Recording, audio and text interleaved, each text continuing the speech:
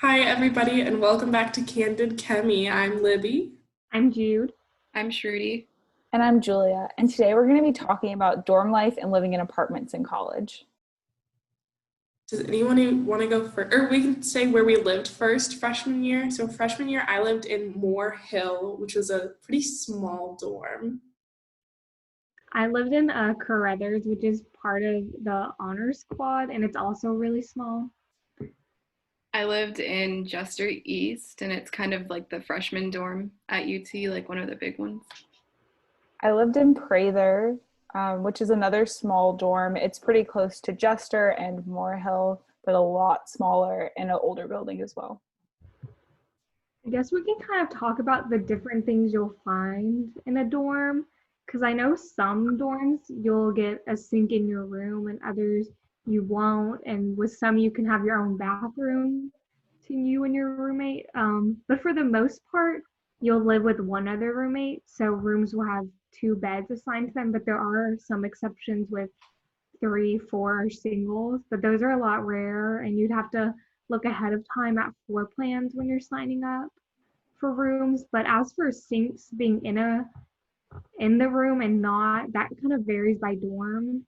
And it's more common to find like a room without a sink than it is to find like a one single occupancy room. I think all dorms have a microwave and mini fridge though. Yeah, and the bedside is this twin XL, which I found it to be comfortable. I didn't have any problems with it.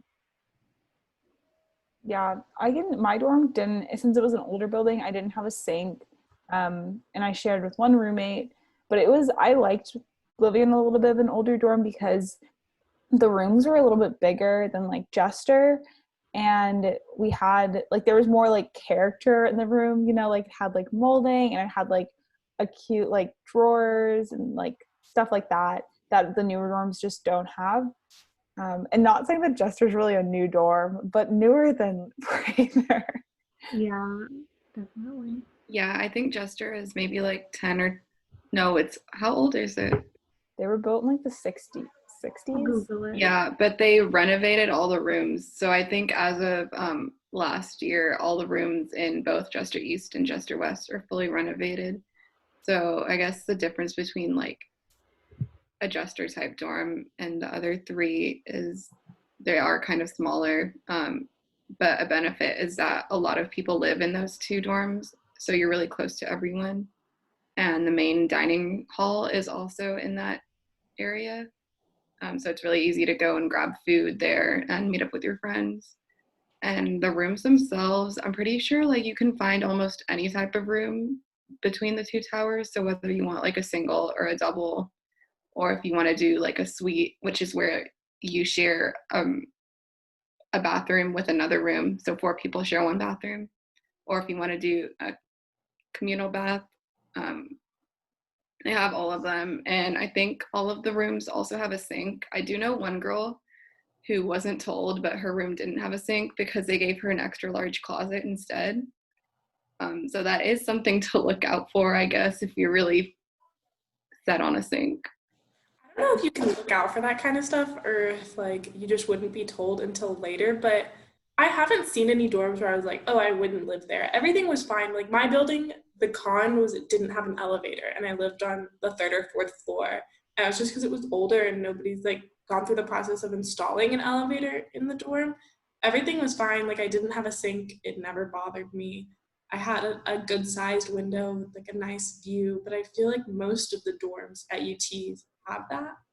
Um, I think what's more important than like which dorm you live in is picking your roommate well and like watching out for signs that are truly a deal breaker to you. And when you're filling out like what you need in a roommate and what how you act to be very honest about those things and to like truly say how clean you are and how dirty you are and kind of vet your roommate to make sure they were honest too.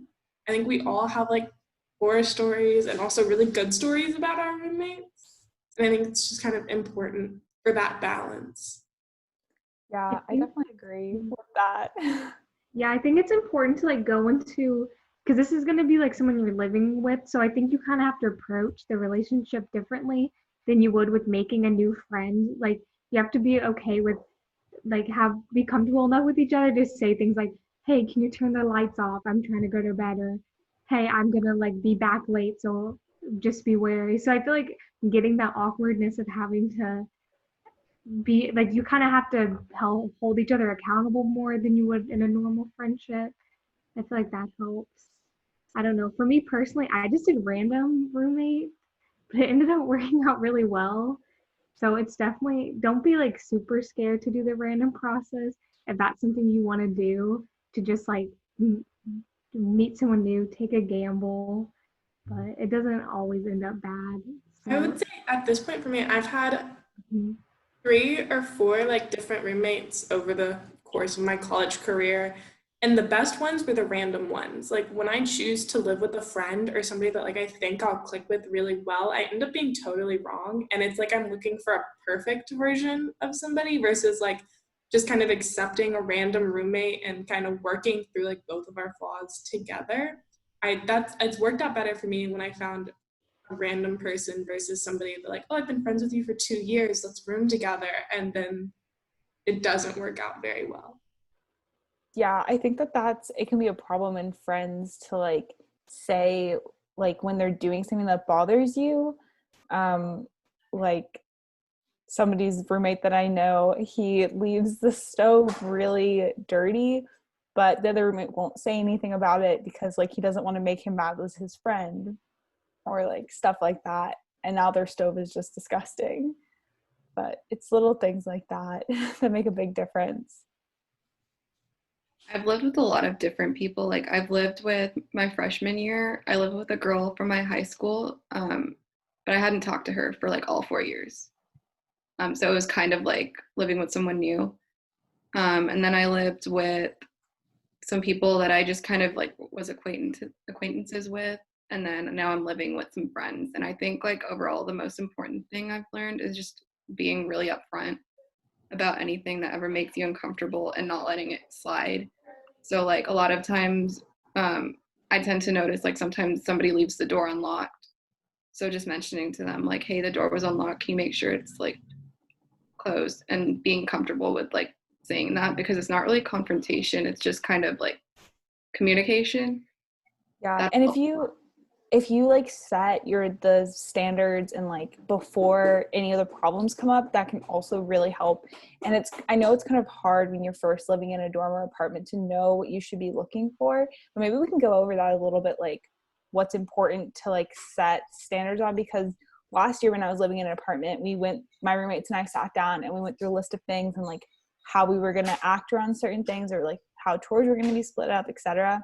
But it really wasn't realistic to how we were living. So this year, with my roommates, when we sat down to talk about things, I had specific things that I was like, we need to talk about this, this, and this because of like experience with problems. Did we want to go through that maybe? Like what we think is important to talk about? I actually have a list in my journal of like things I wanted to bring up because of problems I've had in the past. Yeah, you can start going through the list. And I guess one thing I'll add is like with COVID, it's also important because as of now, there doesn't seem to be an end. So it's also important it's uncomfortable where you kind of have to be aware of where your roommates are going and with who. So getting the uncomfortableness of that just out in the open as early as possible makes it a lot better. And encouraging each other to get tested, I think is really important because that's a definitive way of knowing everyone's being safe. So I'll just add that in because I'm sure that's not on your list from last year.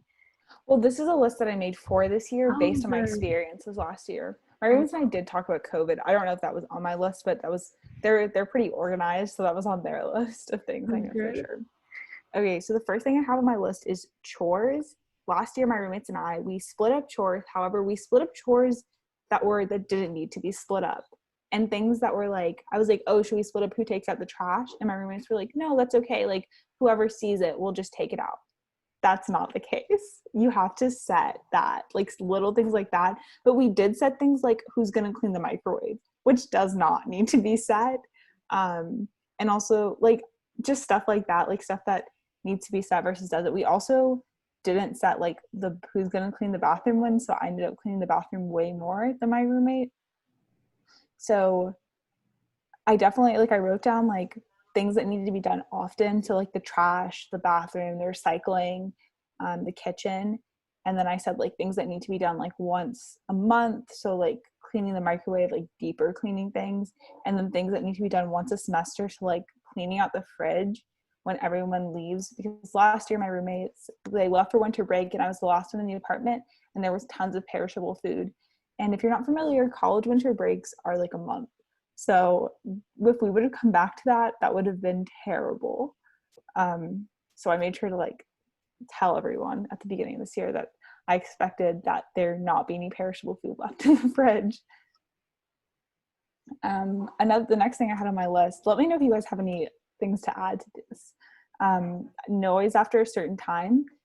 So last year, one of my roommates, I shared a room with one of them, and a couple times she brought in friends drunk to use our bathroom when I was already asleep, which was so frustrating because I like I had gone to bed and she knew I was in bed before she left to go out, because I had a long day of work to do the next day.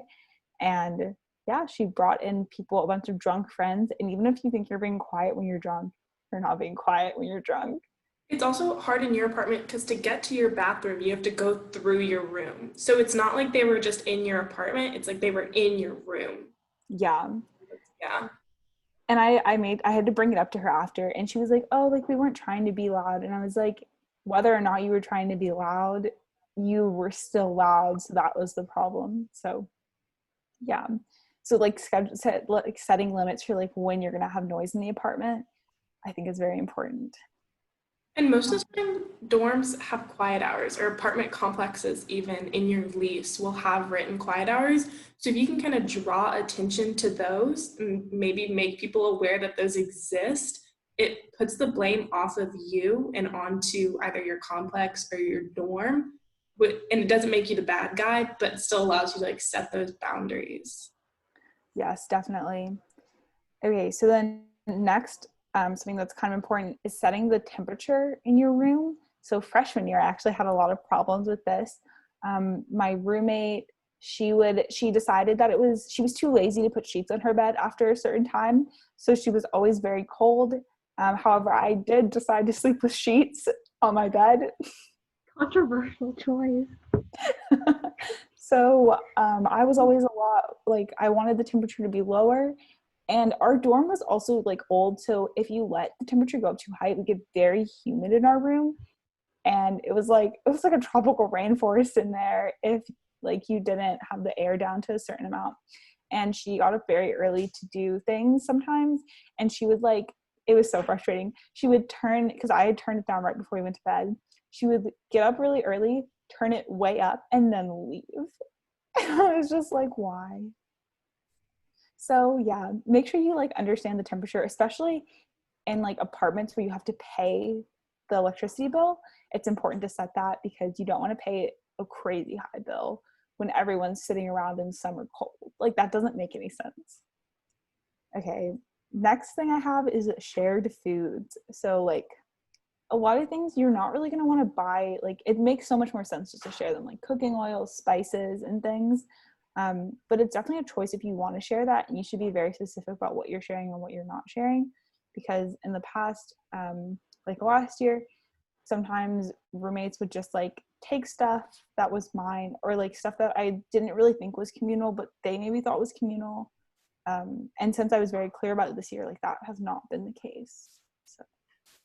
For me personally, I've kind of set my own limit of I share almost nothing with my roommates just because when you let people share things, I feel like a lot of times they start taking advantage of you in some sense. So for me, I'll share like salt and pepper, but I don't even share like my olive oil because I'll come back into the apartment and it'll just be gone. And like nobody tells you that it's gone. It's just gone. And it's 7 o'clock at night and I want to make dinner and I don't have any oil. And it's very frustrating to like go through.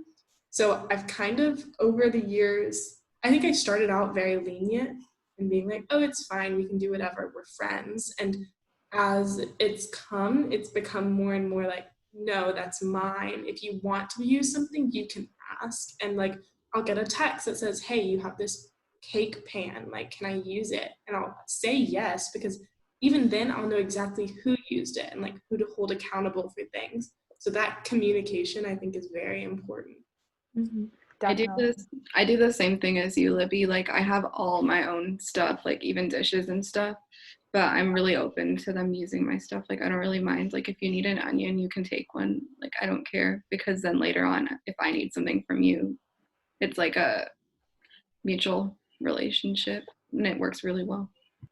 I think that if They're you more like are, the opposite side of it. 'Cause me and my roommates, we just kind of share everything because I think like I'm never gonna buy eggs because I'm never going to finish them. So it's nice to be able to just like, can I use one egg? And then if they want to use something of mine, I'm like, yes. And we have a lot of things that are communal, like all of like the baking, like sugar, all of our spices, like oils, everything like that is all very communal and our like cooking supplies. So I think it just really depends on who you're living with, if you trust them. And of course, like everything is subject to change, which I think is important. So if you're sharing things and you realize that they're taking a lot more than giving, you always have every right to be like, I want to switch to making these my own personal things that are just yeah. my use. I think it And also oh, go ahead. I think it also depends on like you as a person, so not just that, because like I cook a lot and I really like to use very specific things that my roommates don't necessarily like. So I'll buy like some more expensive brands, and like I like knowing that I have it. So just like, I don't know, if we shared, then they would be buying less expensive things and I'd be buying more. Like it just gets a little complicated. Yeah, so I tend to I think I share like more stuff with my roommates than the rest of you guys do.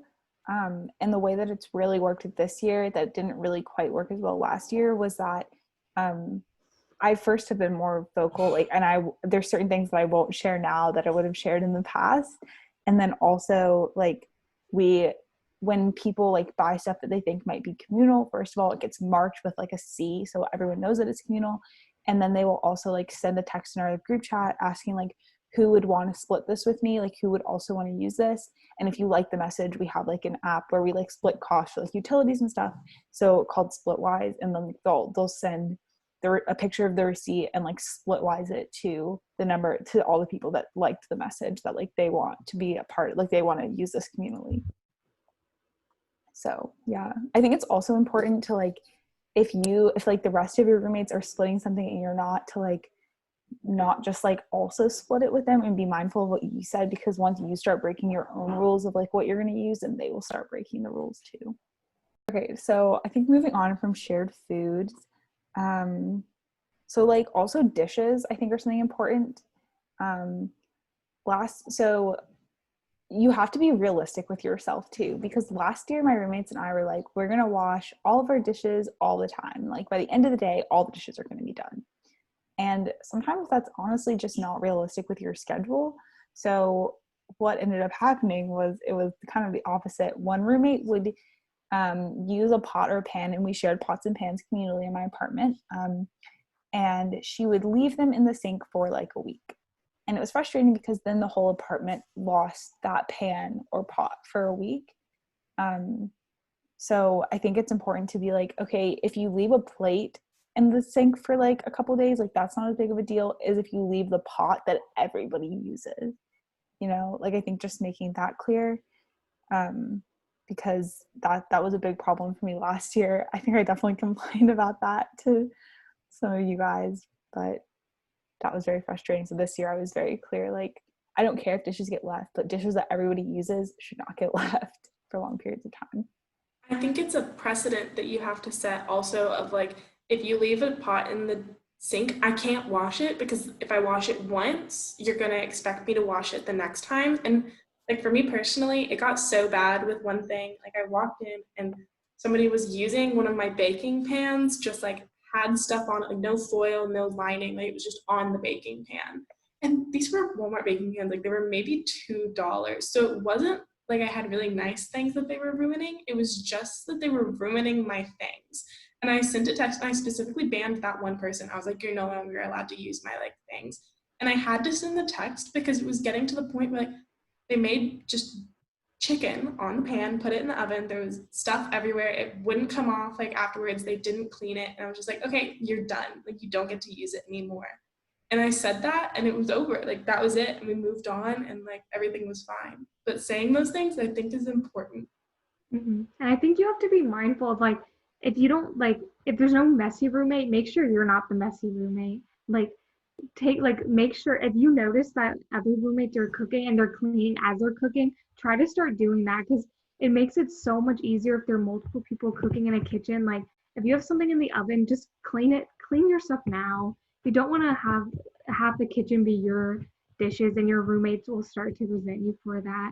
So I definitely think you have to be mindful of what other people are doing and seeing what's acceptable for your apartment. Because for mine personally, we all kind of clean as we go. Like no one has left anything out for like probably more than a couple hours.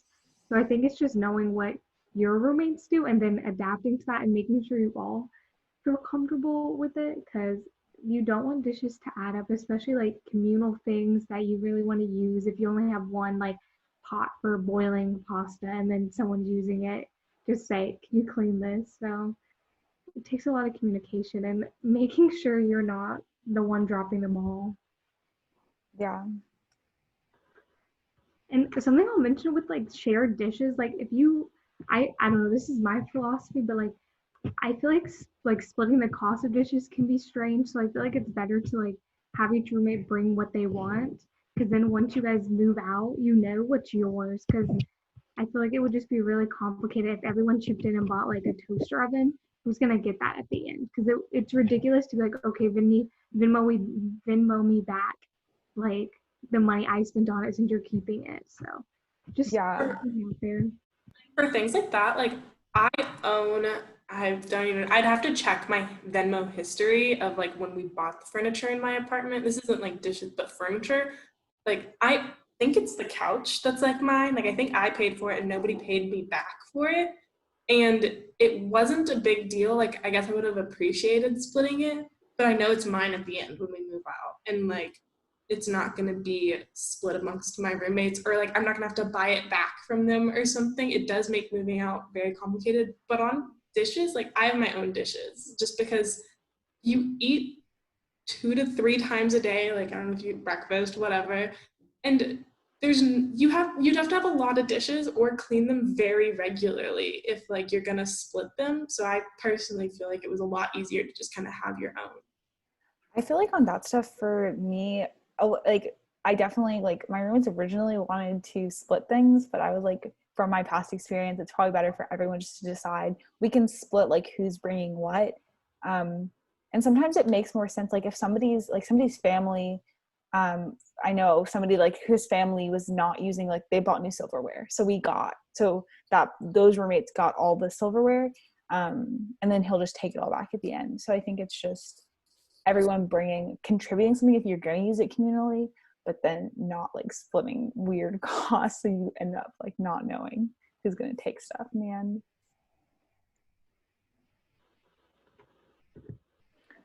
Okay, let me see if there's anything else on the list.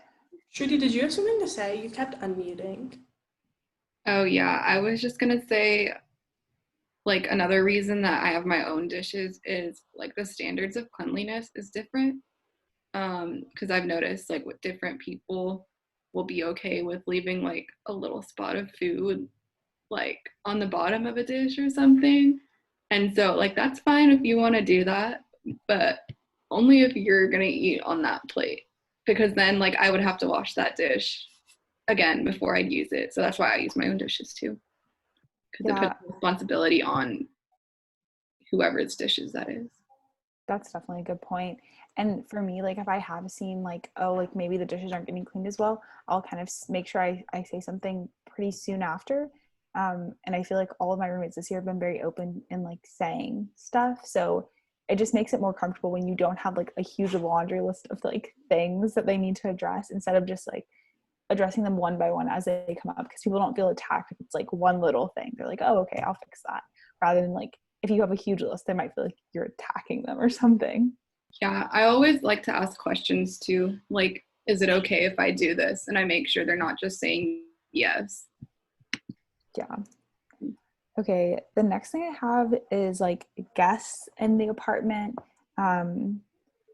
which I mean, right now isn't that big of a deal, or like is different because of COVID. Because like I feel like we've all been a lot stricter on like who can come. I think for all of our apartments, who can come in, and who can't. But I think it's COVID or not, it's important to say like when you're okay with people coming over, how many people you need to ask if it's okay to come over. Like if you're okay with like a party happening at your apartment, like I think you need to lay all those things out, because if you don't, people are more likely to ask for forgiveness than ask for permission. Specifically, I think those things are even more important, like if you're double occupying a room. So I don't just share an apartment, like I share a room. And my roommates and I had a phone call about who we were allowing, like whether we were allowing significant others and like where they were allowed to stay, who had to have a mask on, where you could take your mask off. Like we laid out all of those things before we came back to school, just to make sure that like the rules were written down. So you had to like acknowledge them at least. Oh, I guess something else that's kind of like that I've done with my roommates this year and the past year is like tracking each other just for like safety reasons, because um certain like I I mean, I felt comfortable enough with my roommates to like allow them to like have my location and vice versa, because if somebody like doesn't come back to the apartment, like you want someone to like be looking out for you. Um so I've felt comfortable enough with my roommates to do that, but I don't know if you guys have other experiences or like don't do that.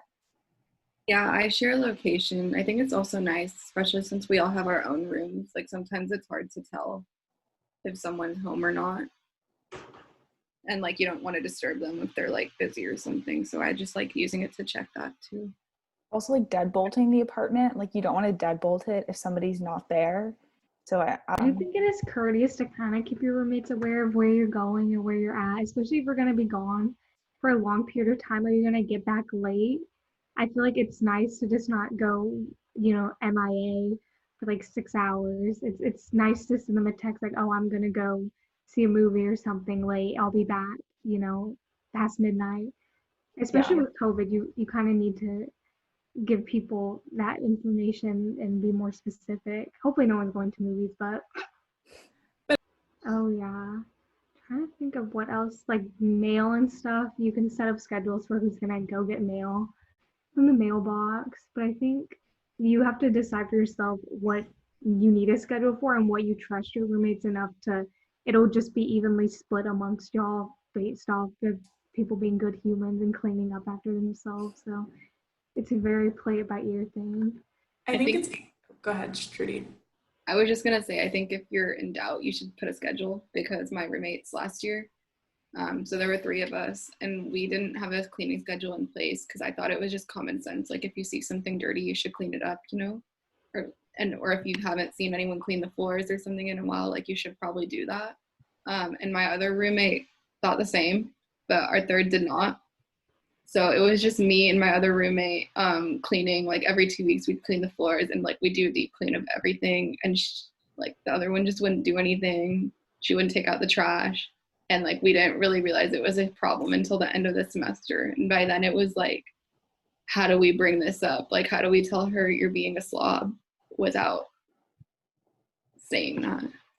Yeah, it's a hard line to walk, because you have to live with this person for another certain amount of time. But at the same time, like you don't want to be miserable in your apartment.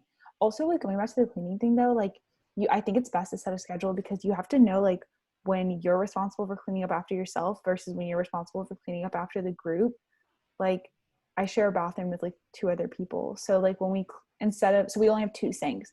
So it doesn't make sense for like each person to clean their own sink, because not everyone has their own sink. So the way we split it up is we all just take a turn cleaning the whole bathroom. So you're kind of cleaning up after somebody else, but at the same time, like they're also doing it for you. But I don't know, just defining things like that. Thank you for listening to this episode of Candid Chemie. If you have anything you want to know about or anything you want to say to us, if you're our roommates and you're angry about this episode, just email us at texasyouchew@gmail.com. Thank you.